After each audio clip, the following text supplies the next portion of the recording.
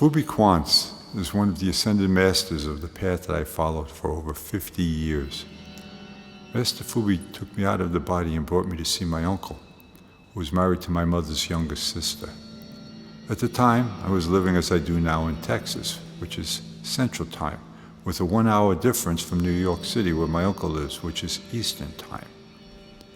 My uncle was dying of cancer.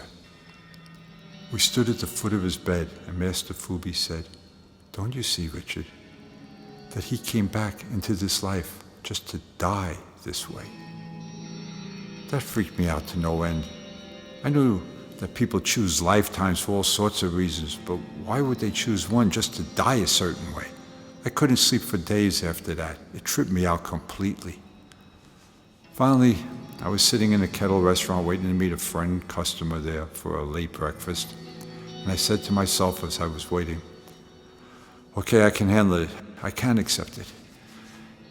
Even if I don't understand it, people, karma, dharma, choices and all.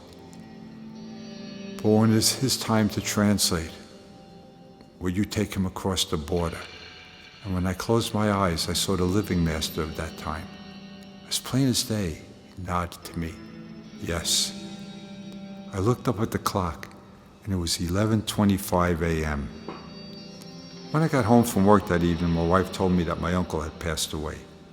I called my friend who married my cousin, this uncle's daughter. My aunt had called him and told him to get there right away as his condition was grave, and he rushed over and was with him when my uncle passed away. He told me he tried to give him mouth-to-mouth resuscitation, but he was gone. I asked him, "What time this happened?" And my friend said, "It's funny that you asked that. I actually looked up at the clock on the nightstand at exactly that moment, and it was exactly 12:25 p.m.